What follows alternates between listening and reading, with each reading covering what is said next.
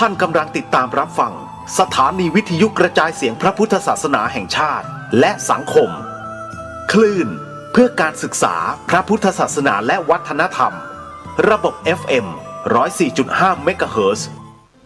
รายการต่อไปเป็นรายการคดีโลกคดีธรรม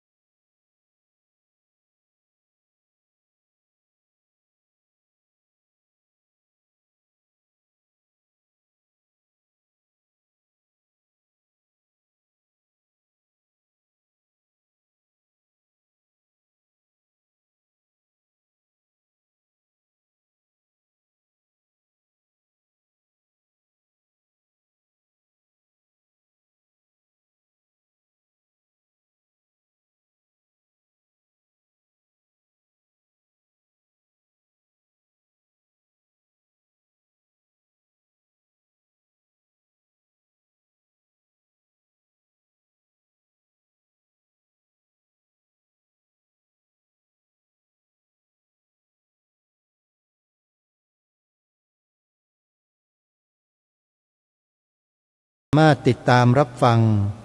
ทางโทรศัพท์มือถือของท่านได้โดยการดาวน์โหลดแอปพลิเคชันที่ชื่อว่าวิทยุพุทธศาสนา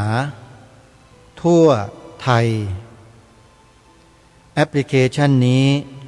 รวบรวมสถานีวิทยุพระพุทธศาสนาแห่งชาติและสถานีวิทยุพระพุทธศาสนาประจำจังหวัดต่างๆไว้ด้วยกันมากถึง48สถานีหลายสถานีเปิดธรรมะออกอากาศตลอด24ชั่วโมงท่านสามารถติดตามรับฟังได้โดยอิสระและมีอยู่ทุกภูมิภาคของประเทศไทยของเราท่านอยู่ในภาคไหนต้องการติดตามรับฟังสถานีวิทยุในภาคของท่านในแอปพลิเคชันนี้มีให้ท่านเลือกรับฟังดาวน์โหลดกันได้ด้วยโทรศัพท์มือถือระบบ Android ใครที่บอกผู้อื่นให้ดาวน์โหลดผู้นั้นจะได้บุญไปด้วยรายการวันนี้ขอเริ่มต้นข่าวประชาสัมพันธ์งานบุญสถานีวิทยุซึ่งจะจัดให้มีขึ้นในวันที่1 มิถุนายนศกนี้งานนี้ใช้ชื่อว่า1 ปี1 ครั้งรวมพลังเพื่อสร้างสรรค์สังคมให้อุดมด้วยปัญญาและร่วมทำบุญทอดผ้าป่าสามัคคีเพื่อสมทบกองทุนเผยแผ่ธรรมะทางสถานีวิทยุวัดนายโรงงานนี้จัดขึ้นณวัดนายโรงเขตบางกอกน้อยกรุงเทพมหานครโทรศัพท์สอบถามรายละเอียดที่หมายเลข02-434-9119หรือ063-656-2256วันพรุ่งนี้แล้วเป็นวันจัดงานใครสะดวกก็ขอเชิญได้วัดนายโรงอยู่หลังห้างเซ็นทรัลปิ่นเกล้าอันนี้คือจุดที่หาได้ง่ายที่สุดนะอยู่หลังเซ็นทรัลปิ่นเกล้านะโยมนะงานต่อมาคืองานบุญประจำปีกราบนมัสการองค์หลวงพ่อใหญ่ชัยมงคลวัดหนองกายมีพิธีสมโภชยกช่อฟ้าแห่ผ้าภูษาสบายทิพย์เททองหล่อพระปิดทองพระประดับพระเนตรพระพุทธเมตตางานนี้จัดในวันพฤหัสบดีที่5 มิถุนายนนี้ณวัดหนองกายตำบลสันป่ายางอำเภอแม่แตงจังหวัดเชียงใหม่ท่านที่จะเดินทางไปวัดหนองกายให้ท่านนั่งรถ2 แถวสีเหลืองที่ตลาดวโรรสมีรถ2 แถวสีเหลืองไปสันป่ายางไปลงที่หน้าวัดหนองกายเลยญาติโยมนะสะดวกมากนะใครที่อยู่เชียงใหม่ต้องการไปร่วมงานนะโยมนะไปขึ้นรถ2 แถวสีเหลืองที่ตลาดวโรรสรถคันนี้จะพาท่านไปสันป่ายางโยมสอบถาม2 แถวได้เลยนะบอกว่าไปลงวัดหนองกายท่านที่จะโทรศัพท์ร่วมทำบุญกับวัดหนองกายในงานนี้สามารถสอบถามได้ที่053-374-311 ถ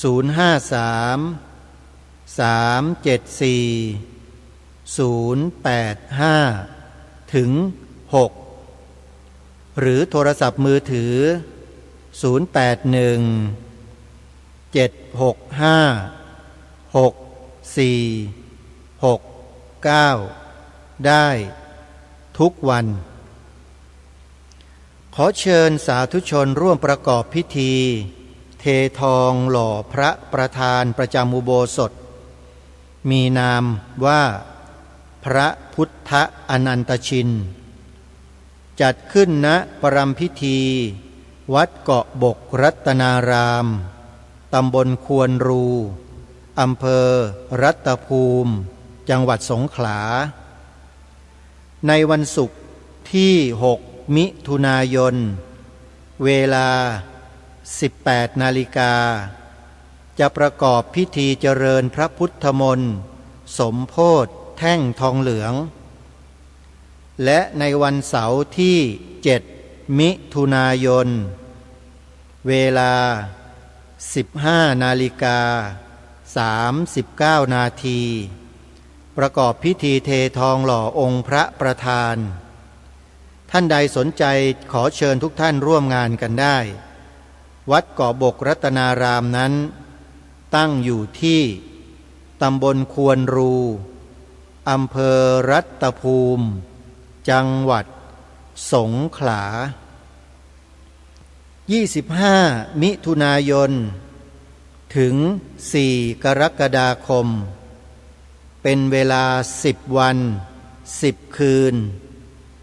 มีงานปริวาสกรรมที่วัดศรีอุดมวงศ์ตำบลศรีสงครามอำเภอวังสะพุงจังหวัดเลยขอกราบนิมนต์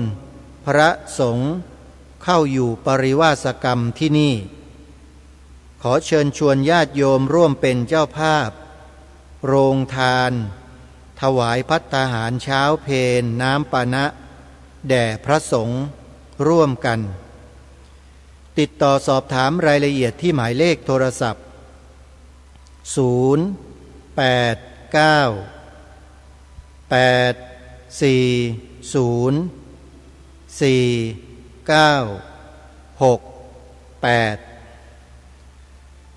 ในเดือนกรกฎาคมวันที่5-6 กรกฎาคมมีงานอุปสมบทหมู่เกิดขึ้นที่จังหวัดสุรินทร์ญาติโยมสาธุชนที่สนใจจะรับเป็นเจ้าภาพอุปสมบทพระภิกษุสงฆ์ขอเชิญทำบุญที่งานนี้ได้เลยญาติโยมใครที่จะร่วมบุญเดี๋ยวจดเบอร์โทรศัพท์ไว้ตอนท้ายจะแจ้งให้ทราบงานอุปสมบทหมู่ครั้งนี้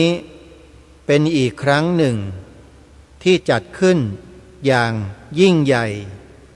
และใหญ่กว่าที่ไหนในประเทศเพราะใช้สัตว์ตัวใหญ่มหึมาแห่นาคนั่นก็คือช้างโขลงใหญ่ช้างจังหวัดสุรินทร์ญาติโยมเป็นช้างที่อยู่ในหมู่บ้านช้างอำเภอท่าตูมจังหวัดสุรินทร์จะมาร่วมพิธีแห่นาคในวันที่5 กรกฎาคมเพื่อนำนาคนั้นไปอุปสมบทณที่วัดป่าอาเจียงงานนี้จัดขึ้นเป็นประจำทุกปีรับสมัครชายไทยเข้าอุปสมบทในโครงการดังกล่าวนี้ใครที่สนใจเดี๋ยวติดต่อตามหมายเลขโทรศัพท์ที่จะแจ้งบอกในช่วงต่อไปนะฮะในวันที่5 กรกฎาคมจะมีพิธีปลงผมนาคในเวลา6 นาฬิกาทำพิธีบายสีสู่ขวัญเวลา9 นาฬิกาทำพิธีแห่นาคด้วยขบวนช้างเวลา12 นาฬิกาช้างและเจ้าภาพร่วมกันมอบผ้าไตรให้กับนาคในเวลา13 นาฬิกาพิธีอุปสมบท จะเริ่มขึ้นเวลา 14 นาฬิกาและพิธีสมโภชพระใหม่เวลา 18 นาฬิการุ่งขึ้นวันที่ 6 กรกฎาคมทำบุญฉลองพระใหม่ใส่บาตรพระสงฆ์ด้วยช้างจำนวนหลายเชือกทำบุญตักบาตรเวลา 7 นาฬิกาจากนั้นถวายภัตตาหารเพลแด่พระสงฆ์ญาติโยมร่วมรับประทานอาหารด้วยกันเป็นเสร็จพิธีใครจะร่วมเป็นเจ้าภาพบวชพระโทรศัพท์ติดต่อที่หมายเลขโทรศัพท์0 6 4 2 2 8 2 4 2 2อนุโมทนาบุญกับทุกท่านญาติโยมสาธุชนทุกท่านที่ผ่านมารายการคดีโลกคดีธรรมได้นำเนื้อหาสาระโดยการบรรยายของครูบาอาจารย์มาเปิดให้พวกเราได้ฟังกันโดยเฉพาะท่านพระอาจารย์วิทยากิจจวิชโชจากวัดป่าดอยแสงธรรมญาณสัมปันโนจังหวัดเชียงใหม่ท่านมาพูดถึงเรื่องการไม่กราบพระพุทธรูปโดยมีคนไปเที่ยวเป่าประกาศให้พี่น้องชาวพุทธเราอย่าไปกราบพระพุทธรูปบอกว่ากราบแล้วจะเป็นบาปกราบแล้วมันจะผิดอย่างนั้นอย่างนี้ในพระไตรปิฎกไม่ได้บอกไว้ไม่ได้เขียนไว้พระพุทธเจ้าไม่ได้ตรัสสอนไว้ท่านพระอาจารย์วิทยารูปนี้ก็เลยออกมาเทศให้คนพวกนั้นฟังประมาณ1 ชั่วโมงกว่าทางรายการได้นำคลิปเสียงท่านมาเปิดให้พวกเราได้สดับรับฟังกันไปเมื่อสัปดาห์ที่แล้วซึ่งเรื่องเหล่านี้เนี่ยไม่ใช่เกิดมาเฉพาะในยุคของเราในอดีตเมื่อหลายร้อยปีจะกี่ร้อยปีมาแล้วก็มีคนประเภทนี้เกิดขึ้นในสังคมของชาวพุทธของเราเป็นปกติไม่ใช่เรื่องแปลกอะไรแต่เรื่องที่แปลกก็คือว่าถ้ามีกรณีดังกล่าวเหล่านี้เกิดขึ้นแล้วชาวพุทธนิ่งเฉยไม่สนใจนั่นแหละคือเรื่องที่แปลกมากแต่ในยุคของเรานี้ไม่แปลกเพราะมีครูบาอาจารย์ก็ดีญาติโยมก็ดีมาช่วยกันแก้ปรับประวาทเหล่านั้นอย่างน้อยๆท่านพระอาจารย์วิทยากิจจวิชโชรูปนี้ก็เป็นผู้นำให้แก่พวกเราอีกทางหนึ่งในการแก้ปรับประวาทคนเหล่านั้นแล้วยังมีอีกหลายๆกรณีในลักษณะเดียวกันนี้แหละที่ท่านพระอาจารย์พูดไว้ก็มีอีกประเด็นหนึ่งคือเรื่องไม่รับเงินเรื่องไม่ให้ถวายเงินพระอาจารย์ท่านก็พูดหลักเหตุหลักผลหลักพระวินัยหลักมหาประเทศสี่ให้พวกเราได้สดับรับฟังกันไปแล้วถ้าหากว่าเรามีความเข้าใจในเรื่องนี้ปัญหาที่คนมาหลอกลวงพวกเราไม่ให้กราบพระพุทธรูปบ้างไม่ให้ถวายเงินพระบ้างมันก็จะหมดไปโดยปริยายแต่เนื่องด้วยว่าชาวพุทธในประเทศไทยของเราเนี่ยยังขาดความรู้ในเรื่องเหล่านี้อยู่เยอะคนพวกนั้นถามว่าถ้าเขารู้จริงเขาจะมาพูดแบบนี้ไหมไม่มีทางฮะอย่างครูบาอาจารย์เราที่เรียนภาษาบาลีเรียนพระไตรปิฎกกันมาเนี่ยนับได้เป็นหมื่นเป็นแสนรูปเนี่ยโยมเคยเห็นพระสงฆ์เราที่ท่านมีการศึกษาเล่าเรียนดีปฏิบัติดีออกมากล่าวนำญาติโยมไม่ให้กราบพระพุทธรูปมีไหมโยมไม่มีเลยแต่ถ้าจะมีบางรูปนะถ้าจะมีบางรูป อให้ตั้งข้อสันนิษฐานไว้ก่อนว่าปลอมเข้ามาเป็นพระ แล้วมาสร้างสถานการณ์ให้สังคมมองเห็นว่าพระก็ปฏิเสธการกราบพระพุทธรูปเหมือนกันอันนี้คือขบวนการทำลายระวังให้ดีด้วยนะถ้ามีพระรูปไหนก็ตามออกมาพูดในทำนองเดียวกันในลักษณะที่กล่าวมาเนี่ยให้ตั้งข้อสังเกตไว้ก่อนว่าพวกนี้ปลอมตัวเข้ามาเป็นพระสงฆ์แล้วก็มาชุบตัวเองด้วยการศึกษาด้วยการเล่าเรียนพระไตรปิฎกเสร็จแล้วก็อ้างตัวเองว่าเป็นผู้รู้แล้วก็มาเสี่ยมให้พวกเราทะเลาะกันจับทางคนพวกนี้ให้ดีนะโยมเดี๋ยวจะตกเป็นเหยื่อพวกเขาพวกนี้เลวร้ายยิ่งกว่าแก๊ง call center ซะอีกแก๊ง call center มันหลอกลวงมันตกทรัพย์ญาติโยมมันเป็นพวกหัวขโมยธรรมดาแต่คนอีกบางกลุ่มบางพวกที่ออกมาบิดเบือนพระธรรมคำสอนพระสัมมาสัมพุทธเจ้าพวกนี้อันตรายกว่าโจรแก๊ง call center หลายล้านเท่าเพราะอะไรถึงกล้าพูดเช่นนั้นโจรแก๊ง call center มันยังไม่ได้ทำอะไรพวกเราเลยศาสนาของชาติมันก็ไม่ได้แตะต้องอะไรเลยนะ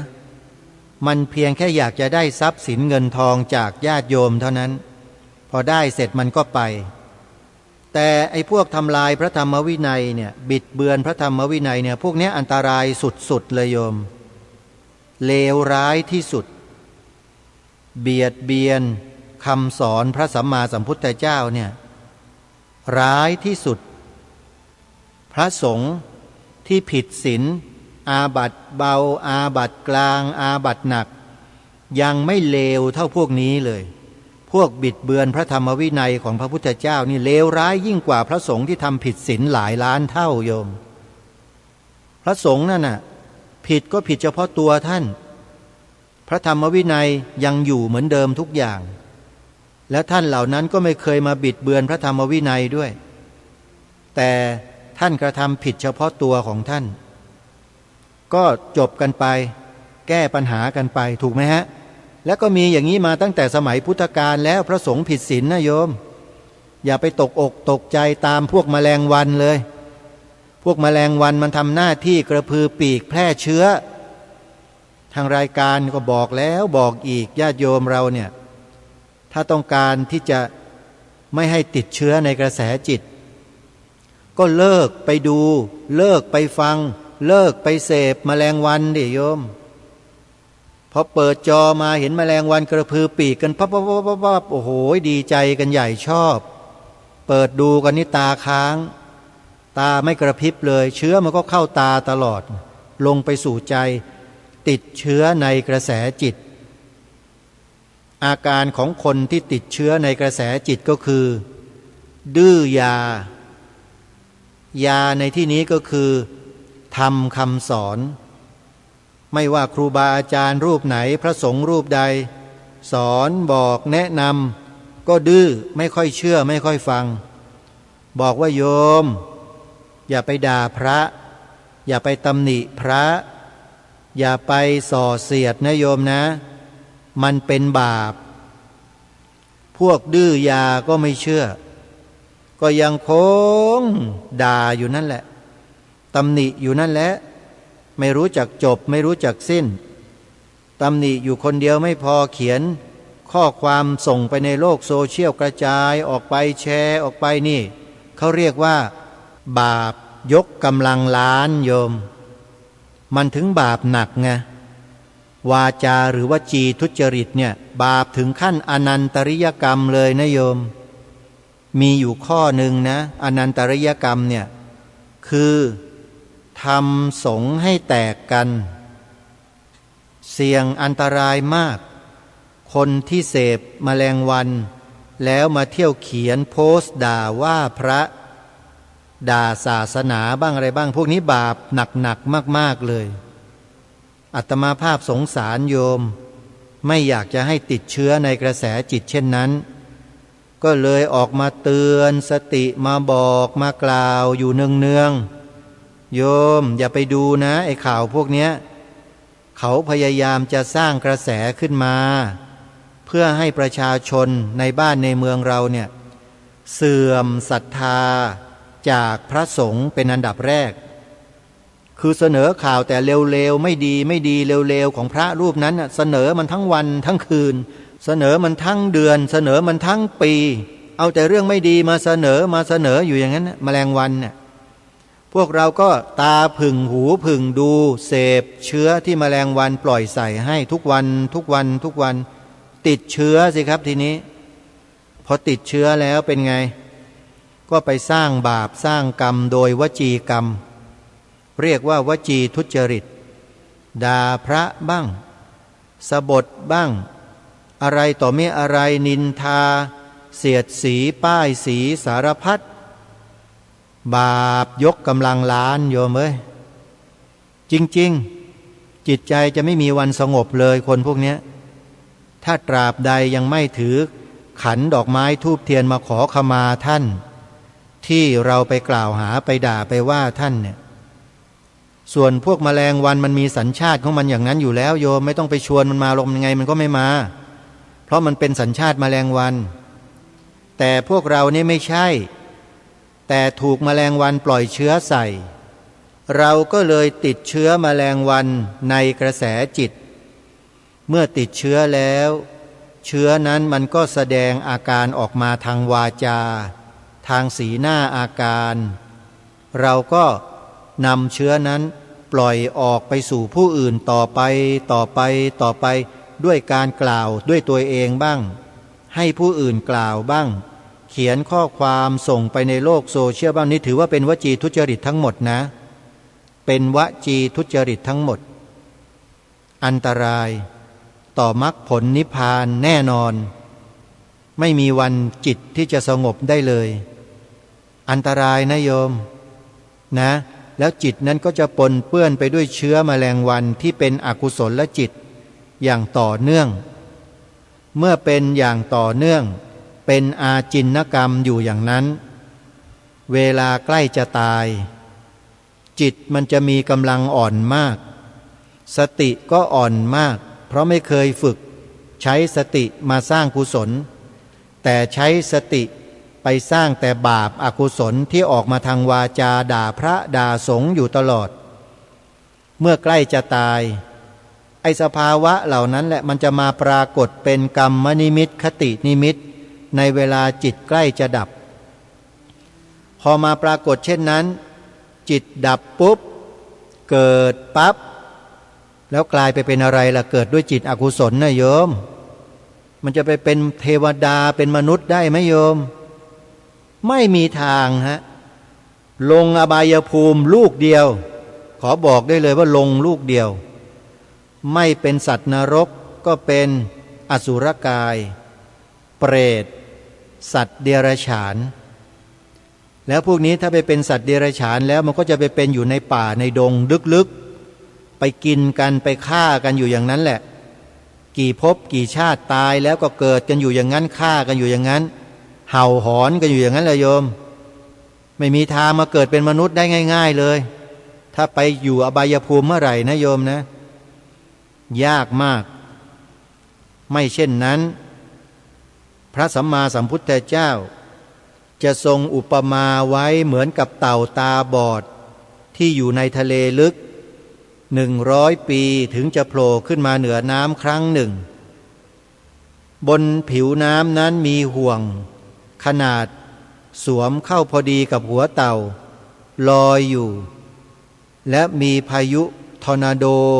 พายุเฮอริเคนพัดผิวทะเลเนี่ย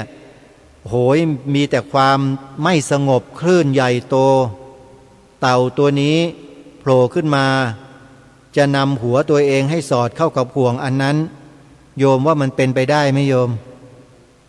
เป็นไปแทบจะไม่ได้เลยฮะพระสัมมาสัมพุทธเจ้าทรงอุปมาไว้อย่างนั้นอุปไมยก็คือมนุษย์ที่ตายไปเป็นสัตว์ในอบายภูมิทั้ง4เนี่ย จะกลับเกิดมาเป็นมนุษย์เนี่ยยากยิ่งกว่าเต่าที่จะนำเอาศีรษะหรือหัวของมันสอดเข้าห่วงอันนั้นอีกยากกว่านั้นอีกนะโยม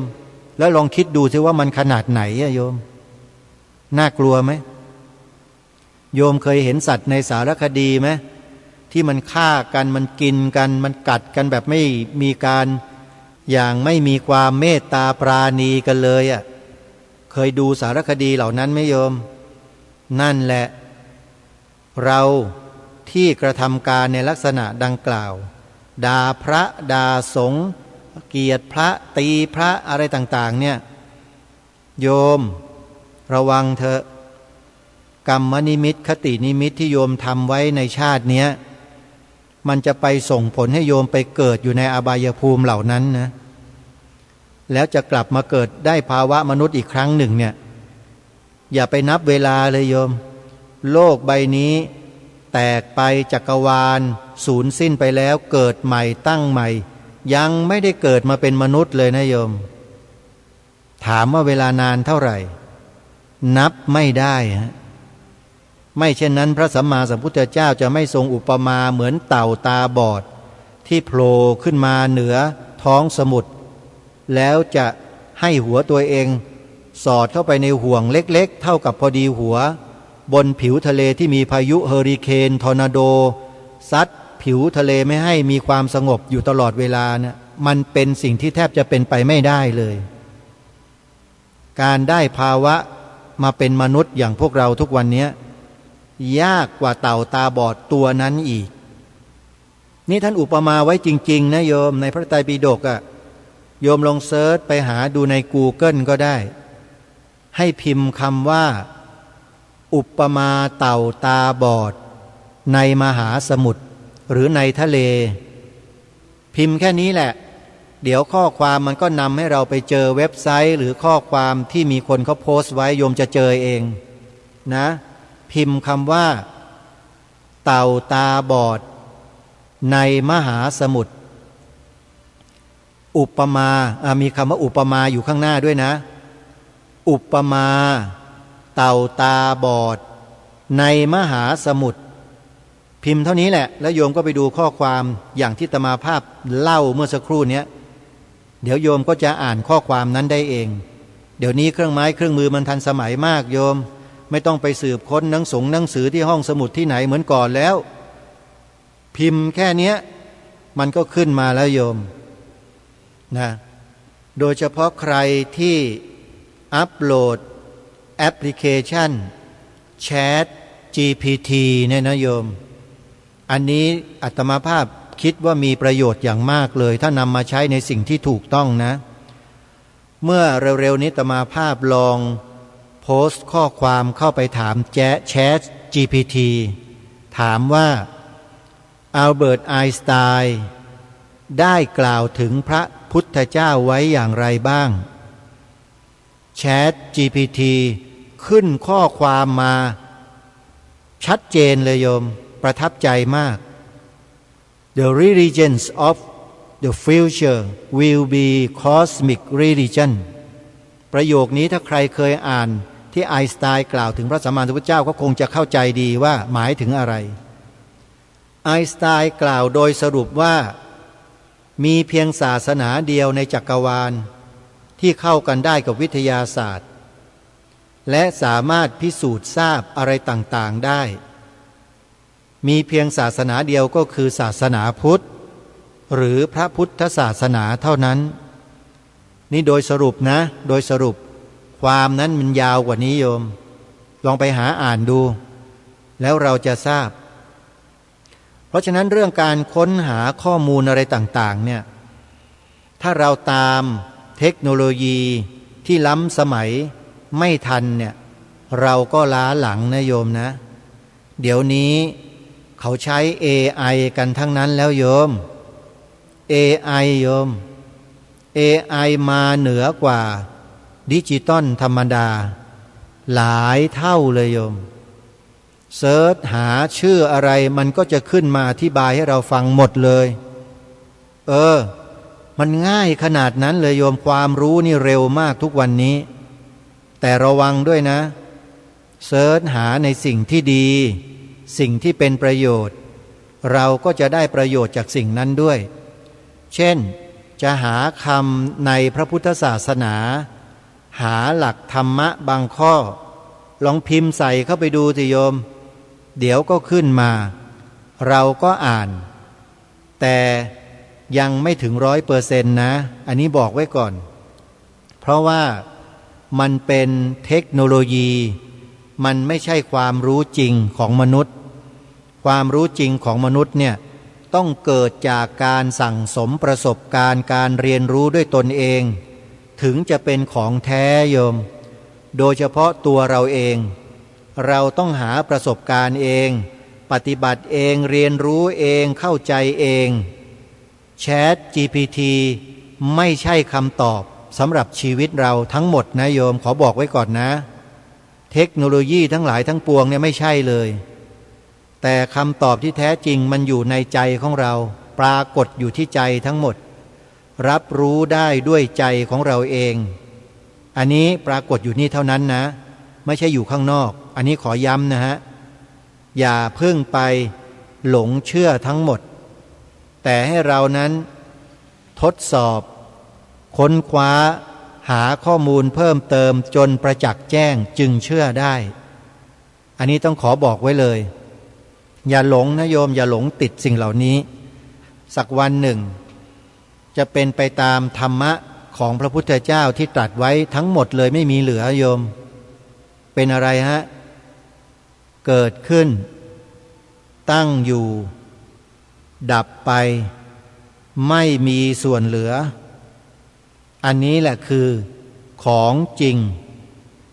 ของจริงเลยญาติโยมเยธัมมาเหตุปัปภวาเตสังเหตุงตถาคโตเตสัญจะโยนิโรโทจะเอวังวาทีมหาสมโนธรรมเหล่าใดเกิดแต่เหตุพระตถาคตเจ้ากล่าวถึงเหตุแห่งธรรมนั้นและความดับแห่งธรรมนั้นพระมหาสมณะมีปกติกล่าวอย่างนี้ญาติโยมไม่มีอะไรเหลือนะเพราะฉะนั้นอย่าไปเชื่อสิ่งภายนอกทั้งหมดแต่จงย้อนเข้ามาศึกษาหาความรู้ภายในตัวตนของเราเนี่ยกายยาวาหนาคืบนี่แหละมีใจครองเนี่ยโยมมาศึกษาเรียนรู้ให้ชัดแจ้งใช้หลักอะไรมาทำการศึกษาเรียนรู้สติปัฏฐานสี่ที่มีกายเวทนาจิตธรรมเป็นฐานกายเวทนาจิตธรรมเป็นฐานก่อนที่เราจะภาวนาเราต้องศึกษาเรียนรู้องค์ธรรมต่างๆให้เข้าใจเสียก่อนเราต้องศึกษาเรียนรู้ก่อนจากนั้นพระอาจารย์วิปัสสนาจารย์ก็จะแนะแนวทางของการปฏิบัติให้เมื่อเราปฏิบัติไปเนี่ยสภาวะธรรมก็จะมาปรากฏโดยลำดับนะท่านแต่มีข้อแม้ว่าบางท่านไม่ได้เกิดโดยลำดับก็มี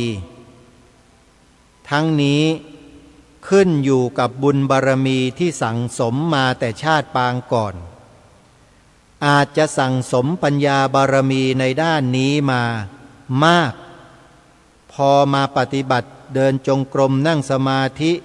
เจริญสติปัฏฐานสี่ไปสักระยะหนึ่งแทนที่จะเกิดวิปัสสนาญาณตั้งแต่1 2 3 4 5 6 7อะไรไปเนี่ยบางทีไปเกิดเอานู่นญาณที่14 15นู่นโยมเป็นไปได้เหมือนกันโยมแต่ไม่มาก แต่ส่วนมากแล้วก็จะต้องเดินไปตามขั้นตามตอนที่ครูบาอาจารย์ท่านแนะแนวทางสอนให้แก่พวกเราเดินนั่งอย่างสายของ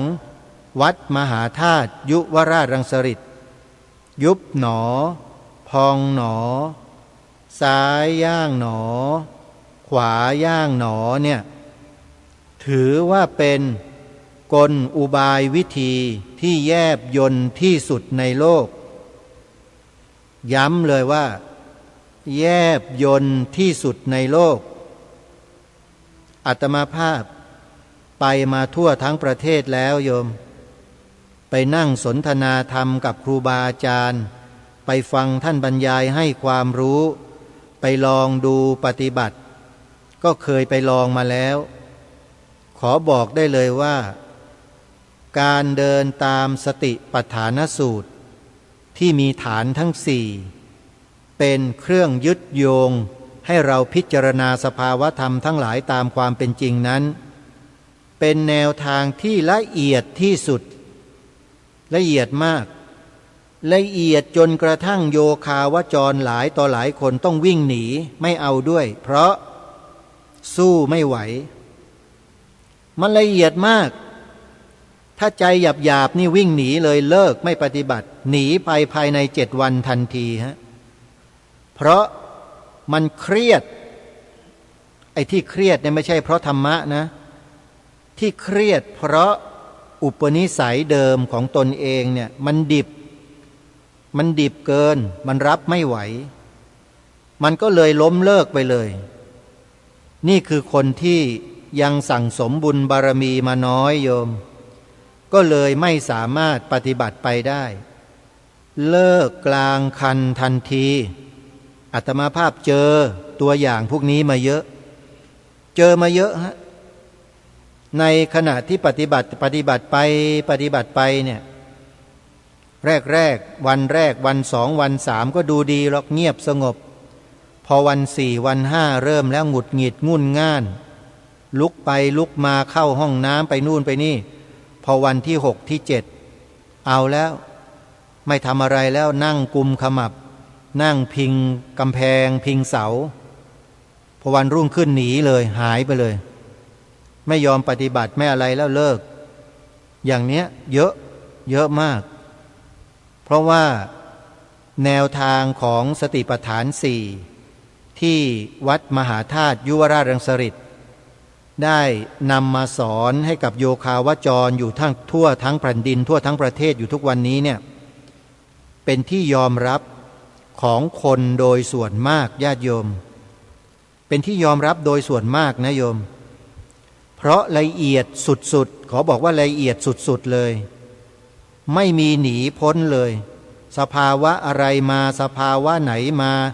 สภาวะจะรุนแรงจะปานกลางจะเบาจะน้อยจะมาก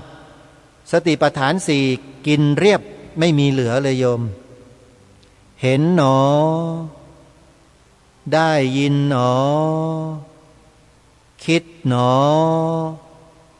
โกรธหนอไม่พอใจหนอชอบหนอเสร็จหมดเสร็จสติปัฏฐาน4เรียบเลยโยมสภาวะไหนมานี่เสร็จหมดกินหมดไม่มีเหลือเพราะฉะนั้นเหตุปัจจัยที่จะปรุงแต่งให้กิเลสมันฟุ้งมันกระจายขึ้นมามีกำลังน้อยมากๆเลยนี่แหละคือความละเอียดของการเจริญสติปัฏฐาน4โดยมีคำบริกรรมยุบหนอพองหนอซ้ายย่างหนอขวาย่างหนอที่พูดเนี่ยเคยปฏิบัติมาตั้งแต่พรรษาแรกจนถึง2 พรรษาโยมอยู่สำนัก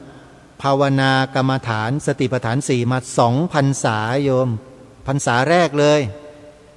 เรียนนักธรรมเรียนพระอภิธรรมควบคู่ไปด้วยท่านสาธุชนก็ลองพิจารณาดูก็แล้วกันว่ามีความรู้พอที่จะบอกจะสอนโยคาวจรที่ยังไม่เคยปฏิบัติมาก่อนได้หรือไม่พอสอนได้พอบอกได้แนะแนวทางได้ แต่ถ้าจะให้ลงลึกไปถึงสภาวะที่เกิดในสมาธิที่ละเอียดลงไปเนี่ยต้องยกให้พ่อแม่ครูบาอาจารย์ระดับปรมาจารย์ท่านคอยแก้ให้ตรงนั้นอาตมาภาพแก้ไม่ได้ไปไม่ถึงได้แค่ต้นนี่ก็บุญนักหนาแล้วโยมได้วิปัสสนาญาณแค่ต้นก็พอแล้วโยมไม่ต้องถึงขนาดนั้นถ้าถึงขนาดนั้นอาตมาภาพไม่มานั่งพูดอยู่อย่างนี้หรอกโยมเข้าป่าเข้าถ้ำไปบำเพ็ญจนไม่ต้องออกมาแล้วโยมคงสงบไปตั้งนานแล้วแหละแต่เพราะได้ผ่านได้ศึกษาเรียนรู้ได้ดูจิตดูสภาวะของตนเองมาพอสมควรถือว่ามีประสบการณ์ก็มาบอกมาเล่ามาแนะแนวทางให้แล้วก็มายืนยันกับทุกท่านว่าสติปัฏฐานสี่ตามแนวทางที่วัดมหาธาตุยุวราชรังสฤษฎ์ได้กำหนดสอนโยคาวจรขึ้นเนี้ยเป็นแนวทางที่ละเอียดที่สุดในโลกกล้ายืนยันเลยละเอียดจริงๆครับครูบาอาจารย์ครับแล้วแนวอื่นสายอื่นล่ะดีเหมือนกันครับไม่ใช่ไม่ดีนะดีหมดเลยทุกสายเลยฮะพุทโธสัมมาอรหังรูปนามหรืออานาปานสติดีทั้งนั้นแหละครับเพราะเมื่อมาถึงจุดหนึ่งแล้วมันจะเหมือนกันเลยครับครูบาอาจารย์ฮะแต่ต้องศึกษาให้ดีนะครับท่านสภาวะในสมาธิกับสภาวะที่เราเดินจงกรมกันอยู่มันคนละเรื่องกันนะครับไอ้นั่นคือธรรมานุปัสสนาสติปัฏฐานมันลึกมันละเอียดมันน่าสะพรึงกลัวมากกว่าแต่ถ้าเป็นกายานุปัสสนาเวทนานุปัสสนาจิตตานุปัสสนาเนี่ยยังพอไหวแต่ถ้าธรรมานุปัสสนาเมื่อไหร่ในสภาวะที่ลึกๆแล้วต้องให้ครูบาอาจารย์ผู้ชำนาญเท่านั้นครับคอยแก้อารมณ์ให้ผมบอกไว้เลยไม่ใช่เรื่องง่ายครับพอถึงจุดนั้นน่ะเพราะฉะนั้นพวกเราท่านทั้งหลายที่เป็นผู้ฝึกผู้ใหม่เนี่ยนะเดินตามที่ครูบาอาจารย์สอนอยู่ทั่วๆไปพอแล้วโยมแล้วถ้าใครจะพัฒนาตนเองขึ้นไปอีกต้องตั้งสัจจะอธิษฐานเท่านั้นครับถ้าไม่ตั้งสัจจะไปไม่ได้ฮะนี่คือสิ่งที่สำคัญนะขอฝากไว้ในรายการช่วงท้ายวันนี้ญาติโยมเวลาของรายการหมดแล้วอาตมาภาพคงไม่สรุปอะไรนะโยมนะเดี๋ยววันพรุ่งนี้เรามาพบกันใหม่ขอความสุขความสวัสดีในธรรมแห่งองค์สมเด็จพระบรมศาสดาสัมมาสัมพุทธเจ้าจงปรากฏเกิดมีขึ้นในจิตใจของท่านผู้ฟังทุกท่านทุกคนเทินขอเจริญพรกล้าคิดก็ต้องกล้า